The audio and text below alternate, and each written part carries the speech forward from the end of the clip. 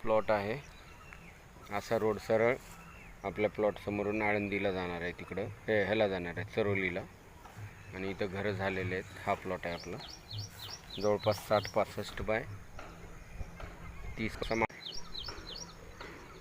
Plot आहे. इकडं बाजूला घरं झालेले आहेत सुरपल्लीकर म्हणून. शेजारच्यांचं नाव काय? राऊत. राऊत यांचं घर आहे इथं. हा रोड होणार आहे सिमेंटचा, आळंदीला सरळ कनेक्ट आहे. हा हे राऊतचं घर आहे.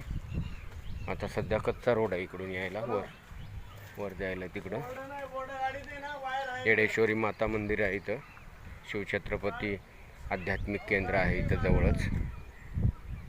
इथून इकडं आतमध्ये यायचं. आतमध्ये इकडं आलं की इकडं फक्त 2 घरं दिसतील तुम्हाला लेफ्ट साईडला. पुढं नदीच आहे, पण आपला प्लॉट याने आहे नगरपंचायतचा. हा रोड सरळ चरोलीला जाणार आहे स्ट्रेट. असा प्लॉट आहे आपला.